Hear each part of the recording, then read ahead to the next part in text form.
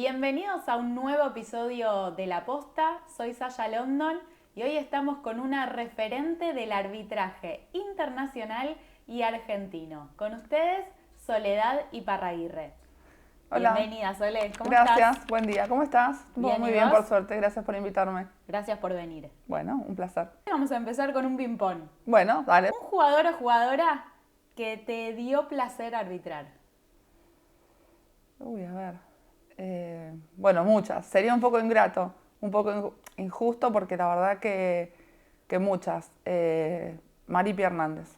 Maripi Hernández siempre, y lo sigue siendo porque de hecho sigue jugando, me dio mucho placer arbitrar. Es una jugadora mucho fair play, muy comprensiva, entiende el juego, te perdona los errores como árbitro cuando te equivocas, me parece muy buena persona. Yo creo que está en el top one, digamos, de la jugadora. ¿Y a nivel internacional o alguno o alguna que te haya sorprendido? Para bien o para mal. ¿A tu criterio? Jugadores difíciles, Pauwmen de Holanda, sí, Minky Donners de Holanda, muy complicadas, algunas de Alemania, y después que me haya dado placer arbitrar, Katrina Powell de Australia,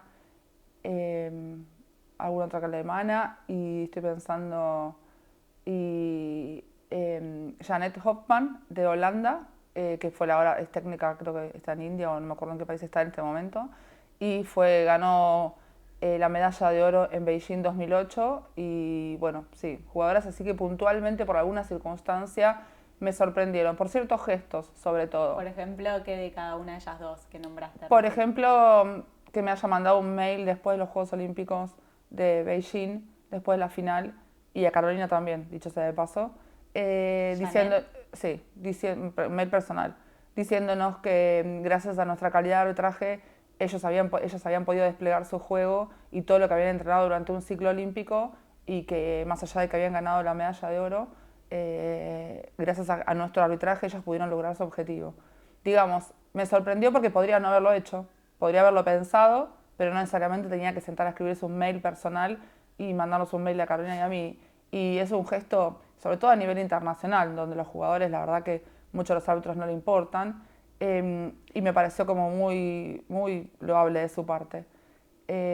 Así que bueno, ella me sorprendió por bien. Y después Katrina Powell lo que tiene es que, bueno, yo después compartí con ella comité de reglas de la FIH y ahora es la técnica de Australia y me parece que tiene una calidad humana y un control del resto de sus jugadoras, de sus compañeras dentro de la cancha, que me parece muy valioso y distinto a lo demás. Y, y la forma que tiene de manejarse en general, incluso cuando uno se equivoca.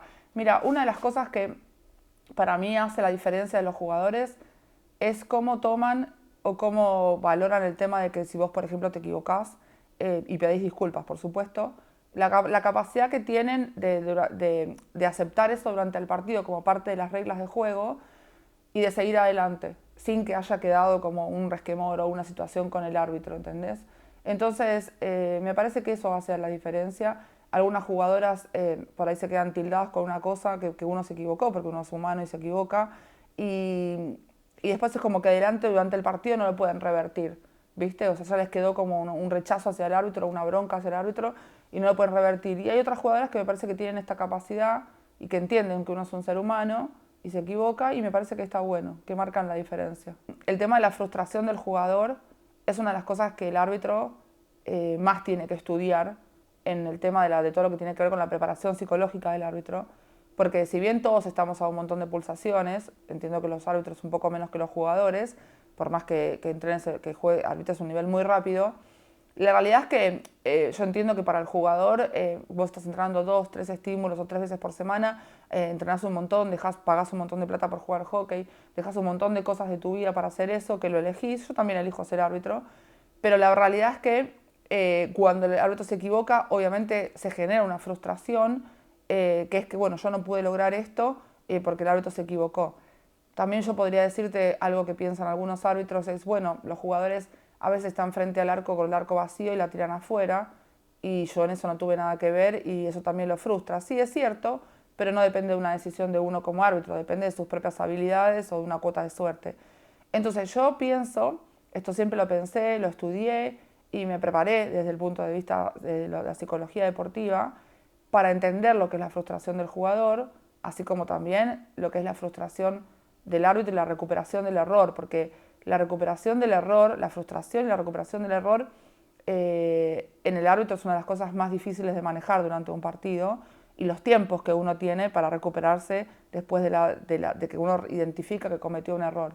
Entonces yo he investigado bastante a lo largo de estos años que soy árbitro, trato de manejarlo, a veces me sale mejor que otros, por supuesto, trato de ser, bueno, hoy en día está muy de moda esta palabra ser empático, y trato de ser empática con los jugadores, por eso si uno comete un error y después el jugador se enoja, yo trato como de decir, bueno, si me dice algo, por supuesto, dentro de los marcos del respeto y de lo que puede ser el diálogo y comunicación árbitro-jugador, jugador-árbitro, de entender que ese jugador está frustrado. A veces uno no ve un gol, no ve un córner, no sé, a mí una vez me pasó en un partido, hace muchísimos años, en un partido, en partido de China, que yo estaba mal posicionada porque estaba pasada del poste, lo que sería el poste izquierdo, si ves el arco así de atrás o de costado, y estaba mal posicionada, porque es la verdad, yo por ver lo que estaba pasando con la arquera más allá, me pasé ese poste, vino el centro atrás, la jugadora china tiró al arco, el arco estaba vacío,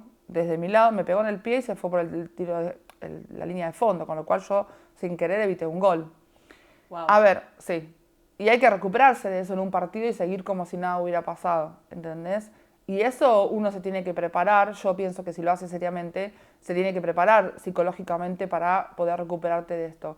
Y yo tenía, no sé, tiempos de recuperación, que me acuerdo que, te hablo del 2004, porque me acuerdo de una situación puntual en la final de Champions Trophy en Rosario que dirigimos con Carolina, que no vimos un gol, en esa época no había habido ref, no vimos un gol, y yo me acuerdo que en esa época a mí me tardaba, se jugaba 2 tiempos de 35, entre 15 y 20 minutos recuperarme de un error.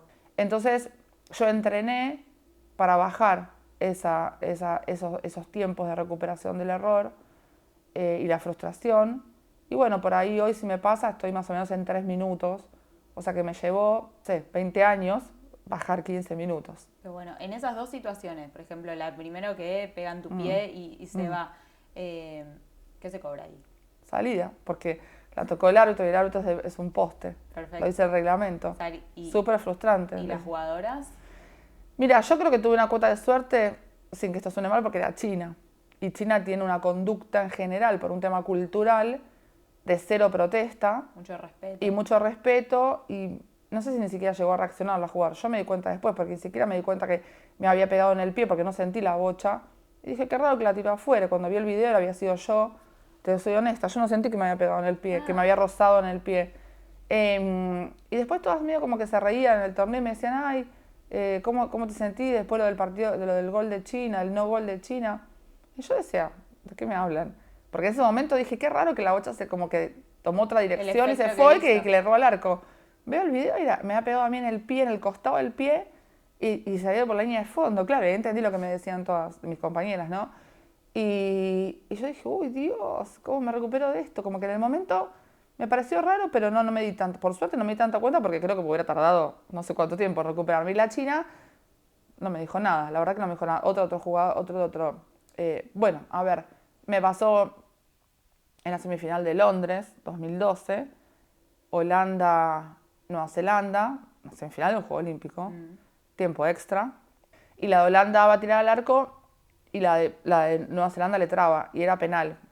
Y yo cobré córner porque creo que estaba mal posicionada, esa es la verdad. Las chicas de Holanda pidieron, la jugadora de Holanda pidió un video ref, sí.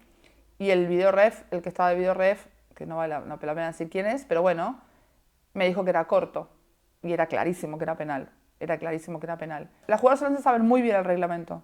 Yo creo que es el equipo del mundo que más sabe el reglamento. Holanda y después Australia, ¿sí? Son muy pocos los equipos del mundo que saben el reglamento. Pero Holanda lo sabe y de hecho se lo hacen estudiar a las jugadoras en Holanda. Mirá. ¿Sí? Entonces, si te piden algo tan concreto, se te termina generando una duda porque decís, che, ¿qué onda? Bueno, y la forma que lo pidieron, y además, a ver, una semifinal de un Juego Olímpico. Pero cuando el video me dijo que era córner, Yo dije, bueno, ¿Te apoyás en eso? claro, o sea, para eso está el video, Claro. ¿no? Bueno, ese partido fue a shootout, porque yo decía, por Dios, que metan un gol, porque me sentía como culpable de que si Holanda no ganaba, yo había cometido un error, y Holanda no jugaba la final del Juego Olímpico, o sea, con todo lo que implica que ahora fue por un error mío, porque vos me decís, Sí, claro. el error de uno, mirá lo que pesa, fueron a shootout, y yo decía, no es que quería que ganara Holanda, yo quería que se hiciera justicia sin haber visto el video. Es decir, que si esa jugada había sido penal, y yo no lo había cobrado y el video tampoco, que me parecía difícil pensar que el video no lo hubiera dado vuelta. Yo decía que gane Holanda, pero porque de verdad me sentía muy como, no sé si era la culpa, viste, responsable. Sí. Bueno, terminó ganando Holanda, y yo dije, uy, menos mal. Veamos el video. Cuando voy a la reunión con los managers y mi compañera de cancha y la del video, la del manager me dijo, menos mal que ganó Holanda. Y yo ahí me di cuenta que estaba algo mal. Claro. Entonces veo el video y era re obvio que era penal. Claro. No obvio, era re obvio que era penal. Entonces la miro a la video, que era un árbitro de Inglaterra, y le digo, pero ¿por qué no me dijiste que era penal? Yo hasta enojada te diría en un punto. Y me dice, y lo que pasa es que como vos tenés mucho más experiencia que yo no me sentí capacitada para darte vuelta a ese fallo. Mira. La quería matar. Porque a mí no me importa quién da vuelta al fallo. No me importa que respetara si yo tenía más experiencia o no. Lo que uno quiere como árbitro, si tiene respeto por el juego, es la mayor cantidad de decisiones correctas posibles. Ya te digo, hace 29 años que dirijo primera y que soy árbitro, tengo 53, antes de los 20. Mucho antes, empecé a dirigir a los 15, oficialmente a los 25. Y pasaron muchos años ya. Y ya te digo, he mejorado muchísimo, no tanto como yo quisiera porque siento mucha responsabilidad y cuando un partido no sale como yo quisiera, no sale bien o se cometieron varios errores, yo te digo, por ejemplo, un sábado y a mí a veces es el lunes a la mañana, como me pasó otro día con un partido, y todavía por ahí sigo mal. No sé si mal, pero sigo muy metida en el partido. Wow. ¿Pedís los videos acá Sí, a nivel sí. local? Sí, los pido porque en realidad puedo acceder sin pedirlos porque entro por YouTube o yo sé los links en donde están los videos. Bueno, cuando es televisado, lo veo en el televisado, obviamente. A veces miro mi partido televisado 2 veces o 3 veces para seguir viendo cosas. Porque con esto te quiero decir que no es que porque uno hace muchos años que dirige primera o dirigió finales o dirigió Juegos Olímpicos, cree que ya está de vuelta o la sabe todo o sabe todo o que las cosas no pueden salir mal. No siempre los partidos salen como uno quiere. Bueno, está en uno ver cómo se lo toma. Elegí ser un árbitro cuando empecé a dirigir con cierto perfil, en el sentido de que si yo me equivocaba, le decía al jugador, mira, discúlpame, no lo vi, si no lo hubiera cobrado, perdóname, no lo vi, me equivoqué. Porque para mí es humano y es humilde y es lo que corresponde decir, mira, me equivoqué. Lo que pasa es que también uno tiene que elegir el momento. Yo estuve a punto de dejar de dirigir porque no vi un gol en un partido Ciudad San Fernando que hubiera cambiado la historia. O sea, con ese gol, con esa jugada, en esa época jugaba María Paula Castelli, o sea, Romina Zelinsky, bueno, Paula Giovanni, te quiero decir, el equipo de esas chicas, que hubiera salido, con ese partido, si ese partido lo ganaban, Ciudad salía campeón 2 fechas antes de que terminara el campeonato, ¿viste? No había playoff, bueno, era apertura y clausura. Bueno, se jugó en la cancha de Ciudad San Fernando, yo estaba dirigiendo con Carolina, en un corner corto, la pelota volvió a la base, perdón, y Romina Zelinsky, o sea, que era la que servía el córner, o sea, tiró al arco, la pelota entró y, no, perdón, tiraron directo, pegó en el fondo, se desvió en el pad de la arquera y salió, y la única que no vio que pegó en el fondo, de adentro del arco, fui yo. Yo pensé que había pegado en el poste. Ahí está, y la pelota le dio el rebote, a Romina Zelinsky, que era la que servía el córner, y yo le dije, seguí jugando que no entró, como diciendo, tiré al arco, falté decir, tiré al arco, y me dice, pero Soledad, si fue gol. Las chicas. Sí, las chicas, y de Ciudad, y yo le digo, no entró. Bueno, había sido un terrible golpe, donde dejó una jugada de pegada, había pegado en el fondo, la tabla estaba forrada con goma, como una goma, no sentí el ruido, no lo vi. Cuando la pelota sale, se desvía en el pad de la arquera y va hacia la servidora del córner. Entonces, por eso le dije, seguí que la pelota, seguí que no entró. O no salió, no me acuerdo qué le dije en ese momento, año 2000. Ya te digo, faltaban 2 fechas. Bueno, ese partido terminó 1-1. Con lo cual, Jorge Lombi era el técnico de Ciudad en ese momento. Ciudad no salió campeón 2 fechas antes como hubiera salido campeón. Yo, para que te des una idea, estuve, cuando vi el video, obviamente, estuve creo que una semana con una angustia tremenda, pero no porque Ciudad no había salido campeón, porque no podía creer. Se le pregunté a Carolina no lo había visto, se había entrado.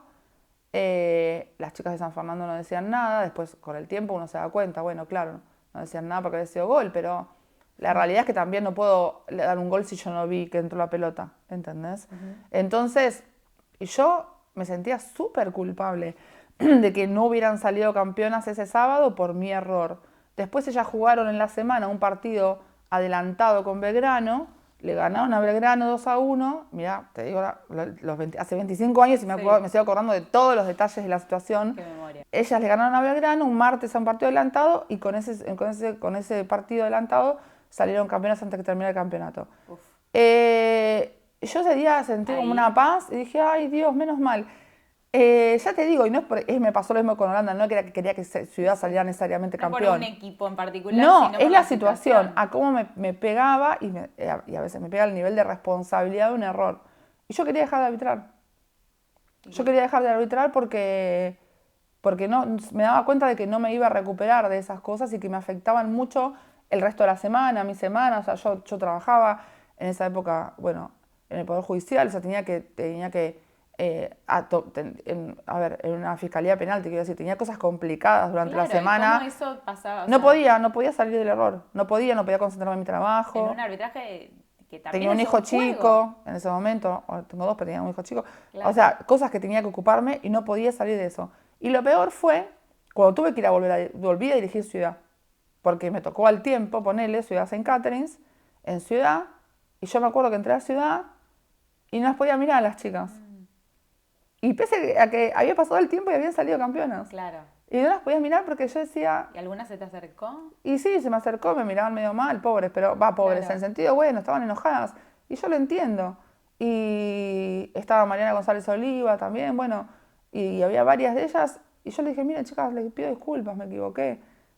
A ver, de esto hace 25 años, con lo cual tampoco me conocían tanto como ahora. Por lo menos esas, las nuevas generaciones no te conocen, pero... pero yo sentía que les tenía que pedir disculpas. Y bueno, con el tiempo, bueno, ponele que se curó, que obviamente la anécdota, si me la encuentro a veces a María Paula Castelli o algo en algún torneo o en algún lado, me dice, bueno, todavía me hace un gol. Nos reímos de esa jugada, pero pasó mucho abajo del puente. Pero con esto te quiero dar un ejemplo de... Porque si no la gente piensa que al árbitro no le afecta, que el árbitro le da igual, que vuelve a la casa y se sienta a hacer otra cosa y dice, bueno, listo, terminó el partido, terminó acá. Habrá gente que sí, no digo que no. Y yo lo respeto también, me parece válido. A mí eso no me pasa. No, y yo ya te digo, pasaron 20 y pico de años, lo he mejorado mucho, no tanto como yo quisiera. Pero de ese momento, ¿cómo saliste?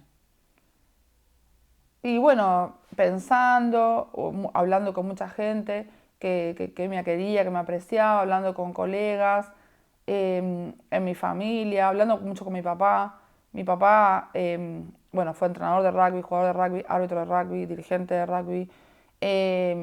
Y él, bueno, mi papá me ayudó un montón en su momento, porque me hablaba y me decía, Soledad, es solo un juego. Digo, bueno, sí, pero las chicas entrenan 3 veces por semana y yo me equivoqué. Y él me decía, bueno, pero no te flageles más, es un juego, el deporte es un juego. Y en un juego alguien gana, otro pierde, a veces se empatan, a veces gana el mejor, a veces no, el árbitro se equivoca. Y bueno, en ese momento mi papá me ayudó bastante, hablé mucho de este tema, me costaba volver a arbitrar, pero bueno, nada, salí adelante, ya te digo, con distintas herramientas, tratando de capacitarme un poco en psicología deportiva, que hace 25 años por ahí no había tanto de psicología deportiva como ahora. El arbitraje para mí es la gran pasión de mi vida, esto está claro, lo tengo súper claro hace muchísimos años. Yo dejé de jugar para arbitrar porque tampoco era una gran jugadora, pero siempre me apasionó arbitrar. Yo iba a arbitrar, imagínate, séptima, octava y novena, cuando jugaban los domingos a la mañana, y yo jugaba los sábados y no salía para ir a arbitrar a la mañana temprano los domingos, y arbitré siempre sexta y quinta cuando jugaba en IPF. Siempre me lo tomé muy, muy seriamente y con mucho compromiso. Entonces, bueno, cuando las cosas no iban bien, traté de buscar herramientas externas e internas, pero las internas no me alcanzaban, para que me ayudaran a salir adelante. Qué bueno, Sole. ¿Una regla que te gustaría que vuelva? Es una muy puntual que duró un tiempo nada más, y que intenté el año pasado que volviera y no lo logré con el comité de reglas y la FIH, que no valga el flick al área. ¿Una regla que te gustaría sumar? Que me gustaría sumar que los jugadores puedan jugar la pelota por la línea de fondo intencionalmente y que no sea córner. ¿Alguna regla que no se sepa tanto pero que existe? Bueno, hay varias. Yo creo que en general no se sabe ninguna. El otro día fui a una charla, no voy a decir dónde, y a un club, y había unas 70 chicas, 60, 70 chicas, y les pregunté cuántas de ellas habían leído el reglamento de hockey. Ninguna levantó la mano. O sea, si hacemos una encuesta o un examen... ¿Qué edades fuiste a Y era en plantel superior plantel superior. quintas. Sí, bueno. Sí, que arbitran quinta. Ninguna levantó la mano. Y yo les decía, chicas, para jugar al truco, no se pueden sentar a jugar al truco si no saben las reglas. Decir el juego de la boca es como muy antiguo. Pero el juego del truco, o sea, vos decís, no puedes cantar de truco, no puedes cantar en vivo si no sabes las reglas del juego. O no, nadie podía jugar al truco si sabes las reglas. Y el hockey todo el mundo agarra un palo, le pega la bocha. No quiero subestimar a las jugadoras, pero... Y juegan a este deporte sin saber las reglas. A ver, una regla que no se sabe tanto... el tema del flick, yo creo que nadie sabe la regla tal cual es. Hay jugadores, yo creo que, mira, que hay jugadores, sobre todo los varones, sin que esto sea discriminatorio, pero esto es una cuestión visual y estadística, los varones saben jugar mucho mejor con la regla del flick que las mujeres, en el deporte en general, ¿no? Incluso a nivel internacional, pero no creo que sea porque sepan la regla.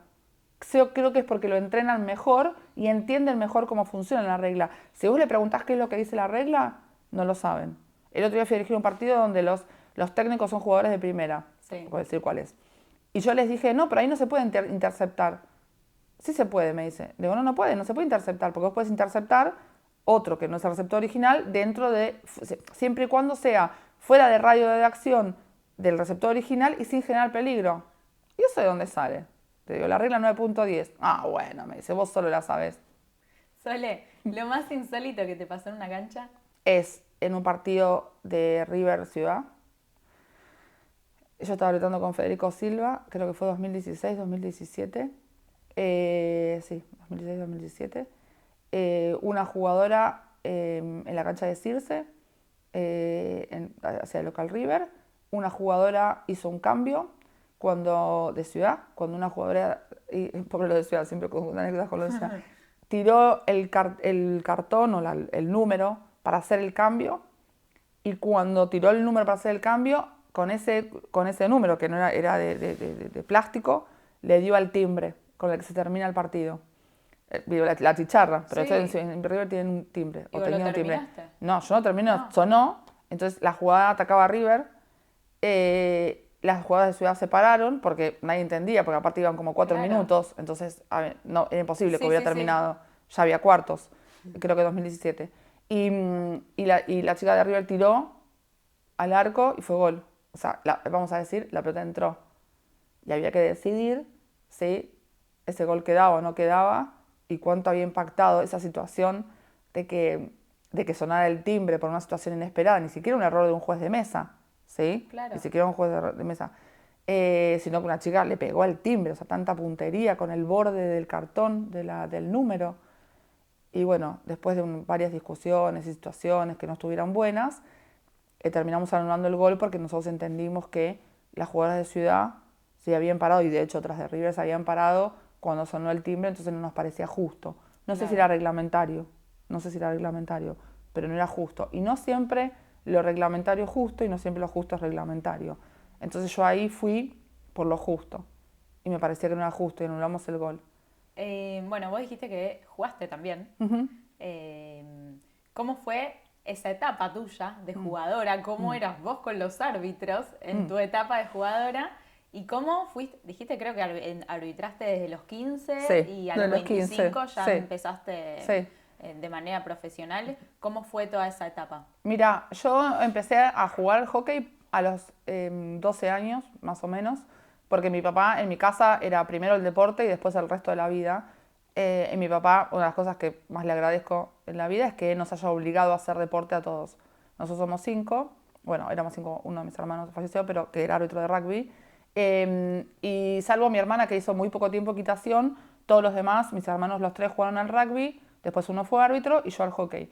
Mi papá nos transmitió eso porque, ya te digo, si bien era una persona muy, muy exigente con todo, colegio, deporte y todo, la realidad es que él decía que el deporte nos iba a dar en la vida lo que no nos iba a dar ningún otro ámbito, ni el colegio, ni la facultad, ni los trabajos, ni la familia. Sobre todo, no solamente los valores, sino los amigos. Y de hecho, debo decir con el diario del lunes que tenía razón porque todas mis amigas son de hockey y todos mis vínculos más fuertes en la vida vienen del hockey. Así que le agradezco eternamente eso. Bueno, y así, bueno, yo jugué 2 años en Banco Provincia porque mi papá trabajaba en el Banco Provincia. Pero bueno, yo vivía en San Telmo, jugábamos en Moreno y entrenábamos en Vicente López, era un chino. Y jugué en IPF en sexta, bueno, en quinta, en intermedia, en primera muy pocas veces. Jugábamos en la C. Y bueno, y ahí ya te digo, después en el año 94 nació Tomás, mi primer hijo. En el 95, qué rico está el mate, buenísimo. Gracias. En el 95 volví a jugar y yo me daba cuenta, primero que yo estudiaba en esa época, no me había recibido todavía, tenía un hijo. Pero más allá de eso, yo me daba cuenta que tenía muchas más ganas de arbitrar que de jugar. Por ejemplo, llegaba el sábado y yo me moría por ir a arbitrar la sexta. Pero moría como diciendo, estaba esperando que llegara el momento para ir a arbitrar la sexta. De hecho, tenía compañeras, tampoco las voy a mencionar porque algunas las dejé de ver, que ellas me decían, bueno, te pago el tercer tiempo, te pago el micro. En esa época íbamos en micro. Si vos arbitrás mi sexta. Y yo decía, no, chicas, no se preocupen porque yo quiero arbitrar todos los partidos de sexta. Sigue pero pasando sorteábamos. hasta el día de hoy. Sigue pasando, Tranquila, bueno.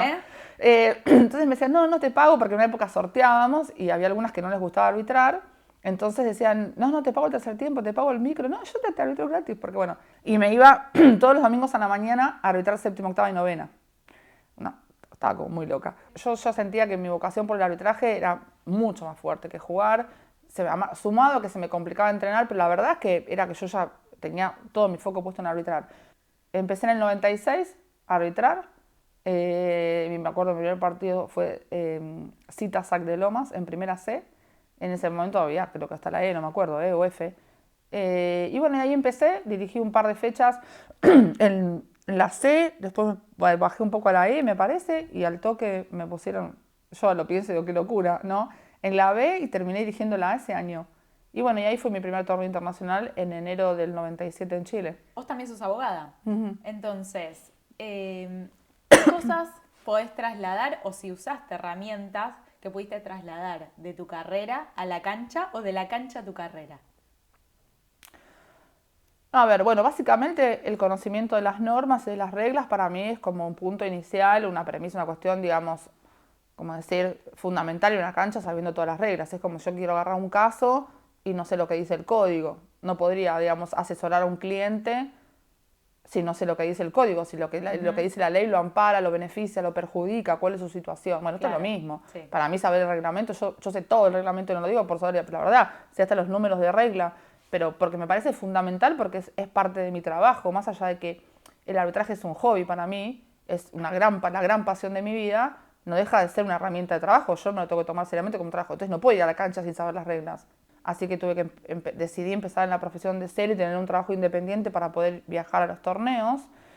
Estoy haciendo un posgrado en Derecho Deportivo y quiero dedicarme al Derecho Deportivo, pero quiero estar realmente bien capacitada y quiero dedicarme al Derecho Deportivo, quiero tratar de capitalizar todas estas cuestiones que he logrado en los vínculos con instituciones y toda mi experiencia en el deporte durante más de, 25 años, 30 años y a ver si puedo hacer una combinación entre lo jurídico y lo deportivo. Y el concepto de lo justo, me parece que el concepto de lo justo para mí es el común denominador entre las dos actividades principales que hago, entre ser abogada y árbitro.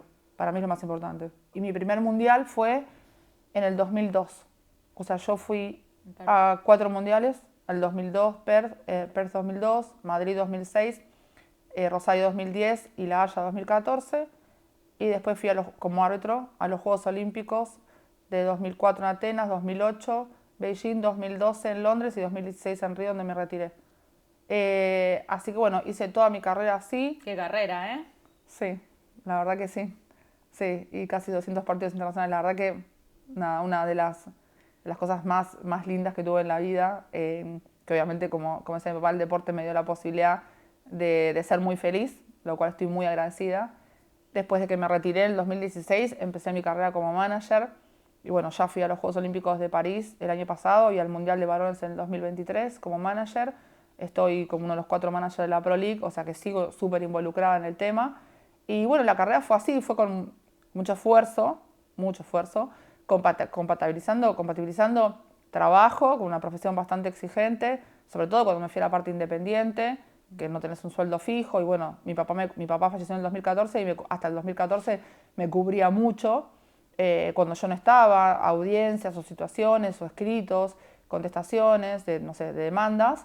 Pero bueno, desde el 2014, después para adelante, también mis hijos estaban más grandes, pero bueno, se me complicó un poco, siempre trabajando desde afuera, con horarios distintos. Creo que después de la pandemia, o la parte digital, ahora me benefició porque, bueno, hago todo online, como todos los abogados, ¿no? Pero mientras que estaba la parte presencial, fue bastante complicado. Y después con el tema de los chicos, bueno, imagínate que yo cuando me fui al primer mundial, en el 2002, mi hijo más chico, que ahora cumple 23, tenía 5 meses, con lo cual, bueno, mi mamá se mudó a mi casa y vino a quedarse mi mamá. Y bueno, esa etapa fue muy complicada porque dejar los chicos 2-3 veces por año, que en total eran más o menos 45 días al año, eran 3 torneos de 15 días, fue muy complicado. Pero yo hoy siento que valió la pena.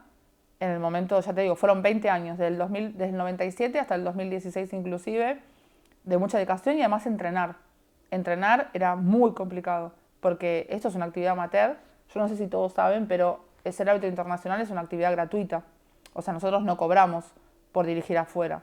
Entonces te pagan el hotel, te pagan la comida, te pagan el avión, pero vos estás 25 días afuera, 20 días afuera y vos no cobras nada. Yo no sé si la gente sabe eso. Yo no sabía. Entonces, la realidad es que perdés un montón de plata. Bueno, lo ganás en otras cosas en la vida, pero la verdad es que cuando uno llega acá tiene que pagar las cuentas igual. Claro. Entonces, es que vos perdés, o sea, hay gente que se toma licencia, gente que se toma licencia sin goce de sueldo, gente que tiene que pagarle un reemplazante de su trabajo, o tener una estructura suficiente como para poder viajar y seguir manteniendo tu estructura económica y laboral de la misma manera. Claro, porque le contamos a la gente acá a nivel local sí se paga. Pero bueno, a nivel internacional. No es mucho, pero te pagan, Claro. Tampoco te salva la vida, pero te pagan. Pero a nivel internacional vos estás 20 días afuera, no cobras nada.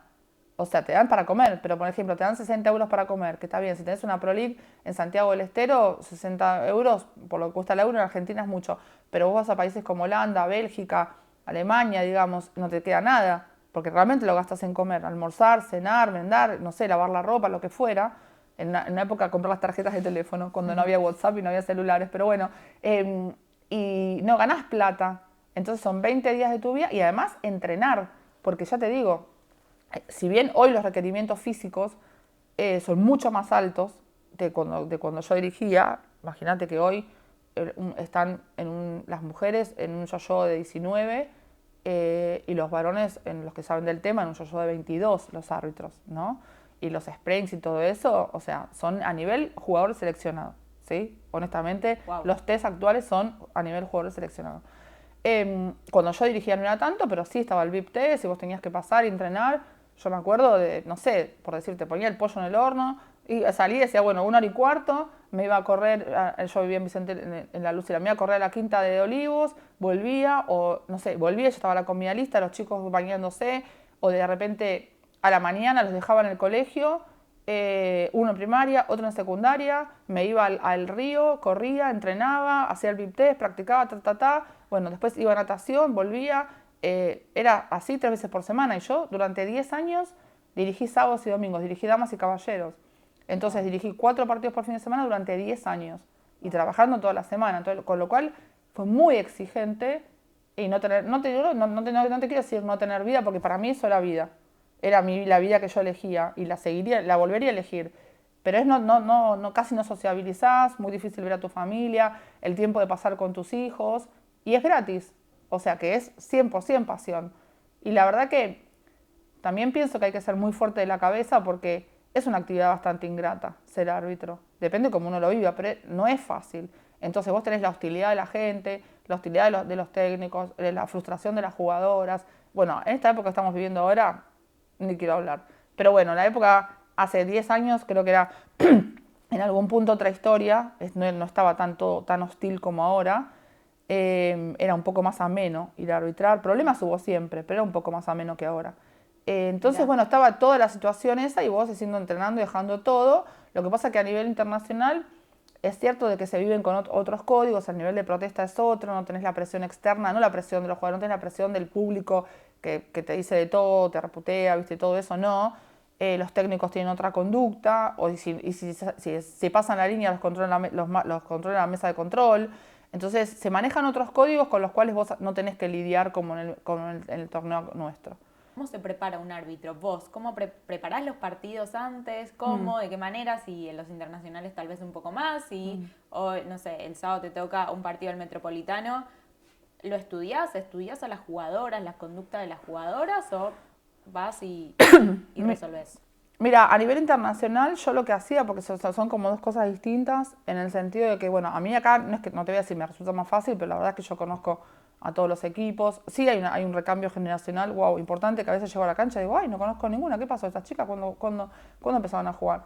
Entonces, los equipos más o menos, o sea, te quiero decir, un poco más los conozco. Obviamente no te voy a decir porque te estaría mintiendo que estudio los corners, lo que hacen, lo que esto, lo que no hacen, porque tampoco me gusta ir a la cancha con un prejuicio o pensando, bueno, este equipo va a hacer tal cosa, ¿entendés?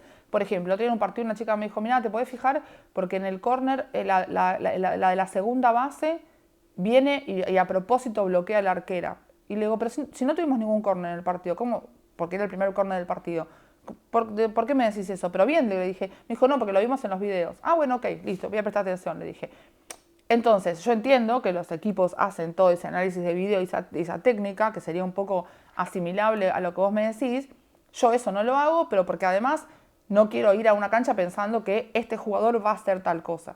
Sí trato obviamente de prestar mucha atención, y si un jugador me lo dice, como me lo dijo una chica el otro día, no importa de qué club, la realidad es que yo voy a prestar atención, pero no quiero ir con cosas pensando que van a ocurrir, porque eso es un defecto también que tienen los árbitros, y es ir a la cancha pensando que esto va a ocurrir. Y cuando vas a una cancha pensando que esto va a ocurrir, tanto mirás, que terminás viendo cosas que no pasan. Eso está estudiado. Cuando era árbitro internacional, lo que sí hacía, lo hice siempre, era los 2 primeros días, iba a mirar todos los partidos. Todos los partidos.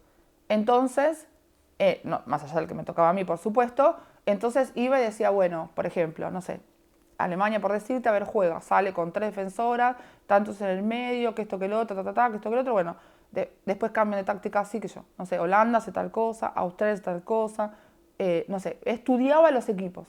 Sobre todo porque lo que quería era que no me tomaran por sorpresa las jugadas en cuanto a las posiciones. ¿Te tocó dirigir a Lucha? Sí, muy difícil, muy difícil. A ver, internacionalmente no, porque perdón, tengo un poco de tos. Nosotros nunca dirigimos a nuestro país. Claro, no, sí, digo de local. Sí, me tocó, no, porque también me tocó en test matches, que vos en test matches sí podés dirigir a Argentina. No te cuentan como partidos internacionales, pero podés dirigir. Y la he dirigido. Primero dirigí el entrenamiento del seleccionado, la dirigí en test matches de Argentina, la dirigí en Quilmes y la dirigí en Geva. Y no me acuerdo si alguna vez en Jockey, creo que no. Sí, muy difícil, muy difícil. Te digo la verdad, pero no porque ella fuera difícil, porque tiene un tipo de juego que es muy difícil. Por ejemplo, para mí era como jugar un partido aparte con ella. Y tenía que ver con el tema del timing en la ley de ventaja. Entonces, nunca sabías cuándo dejar la ventaja, por lo menos a mí me pasaba eso, y cuándo no. Porque a veces ella salía, yo te cuento que igual tengo una excelente relación con ella, con lo cual, esto lo hemos hablado cuando ella se retiró y cada vez que nos encontramos. Bueno, la vi el año pasado, la vi en Chile en los Panamericanos que estuvo. A ver, y a veces la cargo por esto, ¿no? Y yo le digo, che, qué difícil no hacías nuestra tarea. Y se ríe, pero bueno. Y esto del timing de la ley de ventaja, me parece que era lo más difícil. Había dos cosas muy difíciles. Uno, decir cuándo era la ventaja y cuándo no, porque a veces hacía cosas mágicas, literalmente mágicas, increíbles, y salía entre tres o cuatro contra uno, 3 contra 1 y salía, después que le pegaran un montón de palos y que le hicieran un montón de infracciones, salía sola con la pelota y vos le dejabas la ventaja y parecía que estaba genial. Y a veces le dejabas la ventaja y después se encontraba en un 1 contra 1 y perdía la ventaja en 1 contra 1 y decías, ay, ¿por qué no le cobré antes? Entonces, nunca sabías cuándo darle la ventaja y cuándo no. Eso para mí era lo más difícil de ello. O sea, estabas con el silbato ya en la boca, pues me imagino que la cortaban con infracciones y vos no sabías cuándo darle Claro, y esa decías, ¿la dejo seguir o no? Porque no siempre era 2 más 2, 4 con ella, ¿entendés? Ninguna jugadora, pero hay otros que vos decís, bueno, yo después que le pegan 3 palos de cortar, bueno, cobro un tiro libre. Y vos te cobras el tiro libre y ella salía y decía, ay, no, y se iba sola. O sea, ay, ¿para qué le corté? Y otra vez le dejabas en 1 contra 1, porque era obvio que Lucha Aymar en 1 contra 1 se supone que iba a ganar, y la perdía con un corredizo. Y vos decías, ay, ¿por qué no le cobré antes? Bueno, eso era uno. Y el manejo de la frustración de ella cuando la cortaban, no voy a decir le pegaban porque no creo que le pegaran. Cortaban con infracción. Pero le cortaban con infracción, porque bueno, todos sabemos que era así. Porque a ver, a las habilidosas creo que los equipos estudian cómo cortarlas, supongo que es casi una cuestión de lógica. Y manejar su frustración cuando le cortaban y cómo ella reaccionaba, porque ¿qué pasa? Le cortaban, no digo que le cortaran para lastimarla, ¿sí? Pero le cortaban claro. Tácticamente. Sí. Entonces le cortaban y ella después, muchas veces, reaccionaba levantando el palo o mal, ¿entendés? Pero era producto de esta frustración y un poco lo que hablábamos al principio de la charla. Entonces, el tema de lo justo. Y ahí aparecía mi pregunta o mi cuestión interna con el tema de lo justo. Porque a ella muchas veces le terminaban sacando tarjeta por eso. ¿Vos? No, yo no. Okay. No, pero no porque era fuera ella. No me acuerdo de sacar ninguna tarjeta nunca. Que yo me acuerde, por lo menos. Pero muchos árbitros internacionales, de hecho, yo me acuerdo cuando veían, tengo que dirigir a Argentina, estábamos el día que recibíamos, en esa época recibíamos la designación por papel, no como ahora por WhatsApp, y veías el papel y las que tocaba Argentina, algunas estaban re contentas porque dirigían a Argentina y yo decía, Argentina, qué sé yo, lo difícil que es dirigir a Argentina. Pero claro, les costaba esto. Entonces, la verdad es que era difícil encontrar el punto de equilibrio entre lo que debía hacer por su reacción y lo justo, porque uno se daba cuenta de que a ella le cortaban, no todo el mundo identificaba los cortes tácticos a tiempo como para sancionar a sus otros a tiempo y parar esa reacción. Esta es una reacción que no necesariamente ella la tenía, Sí. A veces sí, a veces no, pero muchas veces se enojaba y me parece que era justo, era entendible, vamos a decir. Era entendible, no sé si justo, era entendible que se enojara. Entonces ahí aparecía mi pregunta de, bueno, ¿es justo o no justo sancionarla? Porque ella sí tenía, ponerle que tuviera una conducta de juego, pero le habían cortado tanto que una cosa terminaba siendo consecuencia del otro. Y no haber reconocido los cortes tácticos a tiempo también era una falla del árbitro. Porque vos también tenés que cuidar al jugador ahí. Más allá de cuidar es una función del árbitro, claro. Es una función del árbitro, cuidar la integridad física de los jugadores y fomentar el juego visible, limpio, claro. el juego limpio y el juego vistoso. Fomentar el juego vistoso y proteger el juego vistoso está dentro de las funciones del árbitro, está escrito. Entonces, era como un partido aparte.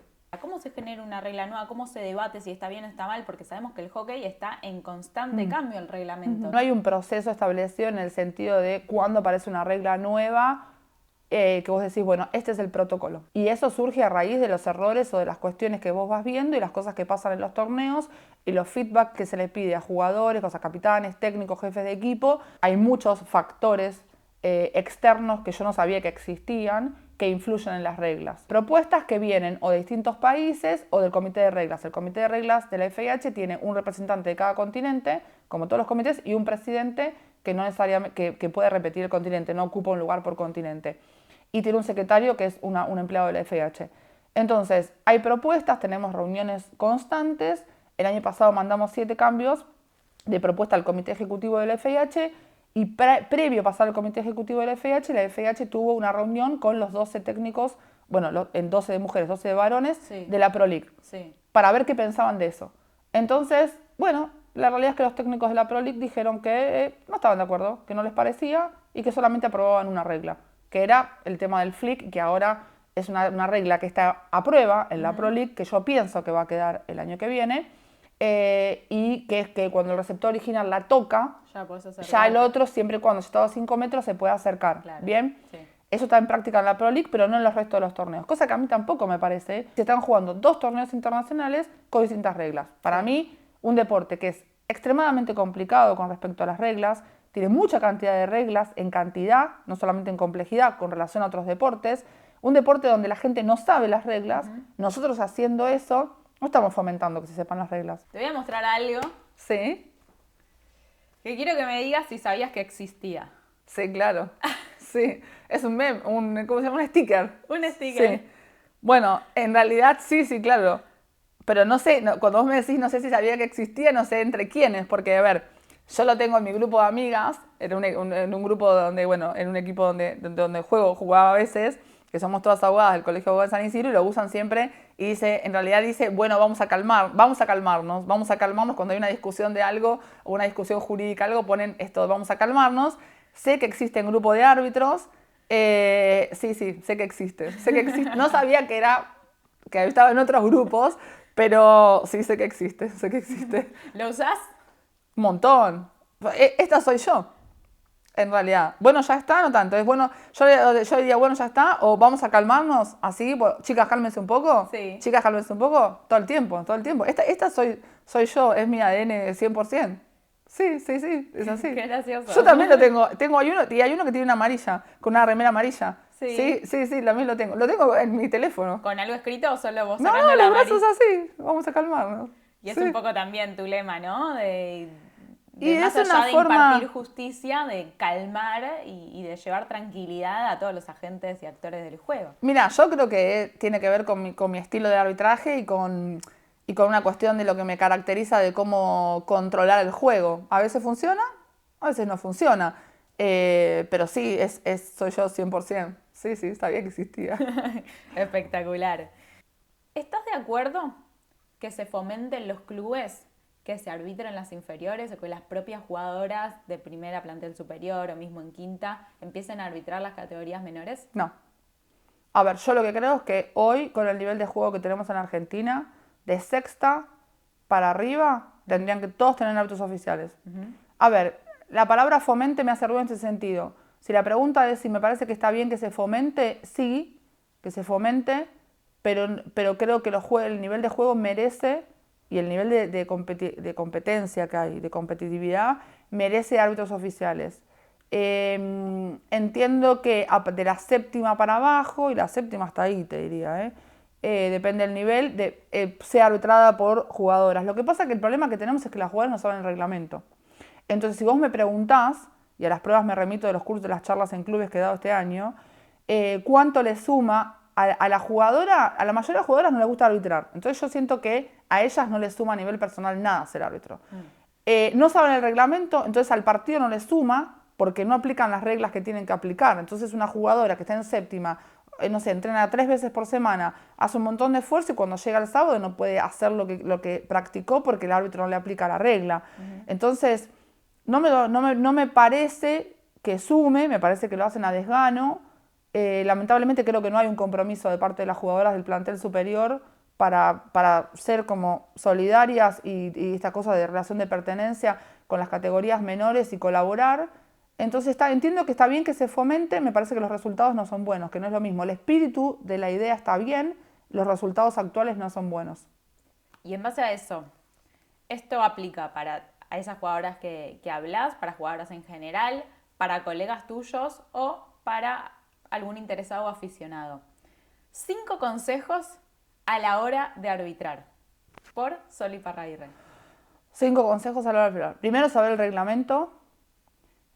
Segundo, determinar qué tipo de árbitro quiere ser uno, qué perfil de árbitro quiere ser uno. Si uno quiere ser un árbitro comprometido, empático, que juegue el partido al lado del jugador, con compromiso, corriendo, pidiendo disculpas cuando hace falta, o quiere ser un árbitro que se limita a pararse ahí y digamos, no ser proactivo, solamente sancionar lo que la jugadora hace mal. Uno tiene que definir qué tipo de árbitro quiere ser, qué tipo de partido quiere jugar, bueno, saber las reglas, definir qué tipo quiere jugar.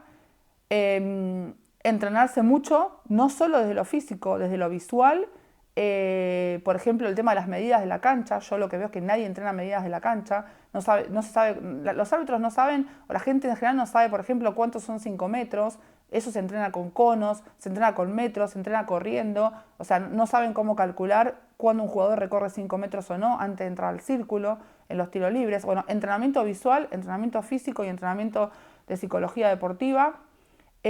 Tratar de establecer un vínculo, no una amistad, pero sí un vínculo de respeto, empatía, amabilidad con todos los actores del sistema, empezando por los jugadores, jueces de mesa, la señora o las personas que limpian el baño de un club, los técnicos, no necesariamente el público, porque bueno, va cambiando, pero con todos los actores del sistema, con los dirigentes, ser una persona muy respetuosa.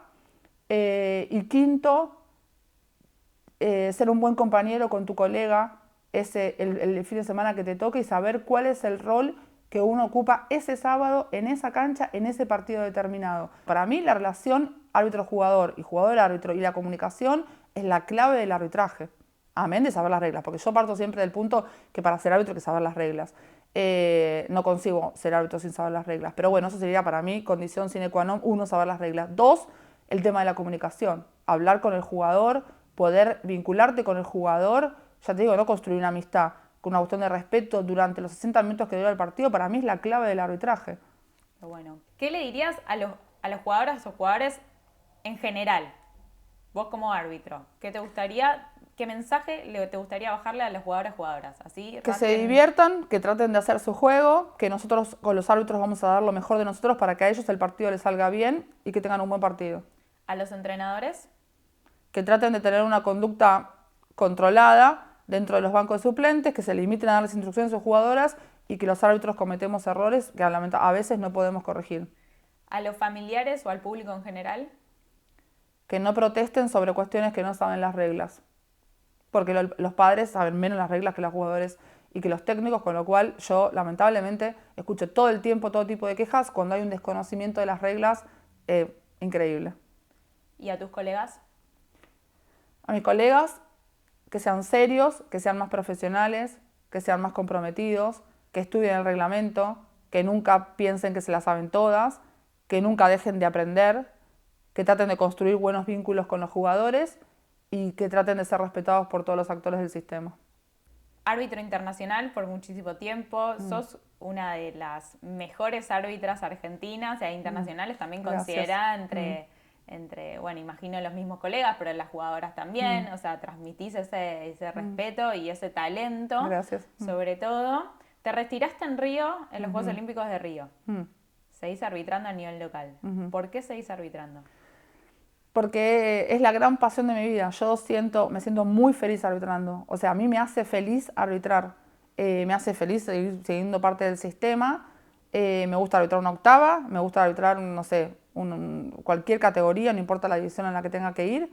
Me gusta trabajar para los árbitros nuevos, me gusta apoyar a los que están en crecimiento, a las chicas que están en crecimiento, necesitamos más árbitros mujeres. Siento que tengo mucho para darle al arbitraje todavía, sobre todo a los árbitros que están empezando, y porque la verdad que hoy no concibo mi vida sin arbitrar, sinceramente. O sea, tengo 53 años y para mí es una forma de vivir, levantarme todos los sábados y ir a arbitrar. No es que tengo que ir a arbitrar es una forma de vivir, y es una forma de vivir que no quiero dejar, porque a mí me hace feliz. Entonces, la mayoría de los árbitros internacionales, te diría que arriba del 90%, cuando se retiran dejan de dirigir a nivel local, en el mundo, ¿sí? Porque pierden el incentivo, pierden la pasión, y porque ellos ven, y no está mal, ven el arbitraje local como un paso para estar entrenados para dirigir a nivel internacional, cuando el foco está puesto en lo internacional. Claro. La verdad que para mí es un placer arbitrar, no importa si estoy dirigiendo una final olímpica o si dirijo un partido de octava acá, ¿entendés? A mí me apasiona arbitrar, entonces es algo que va conmigo en la vida y es una forma de vivir que yo elijo. Por eso sigo arbitrando, sí, me gusta mucho. Gracias, es un placer también seguir gracias, teniendo en el Metropolitano. Muchas gracias. Y también gracias por todo lo que hiciste, porque si bien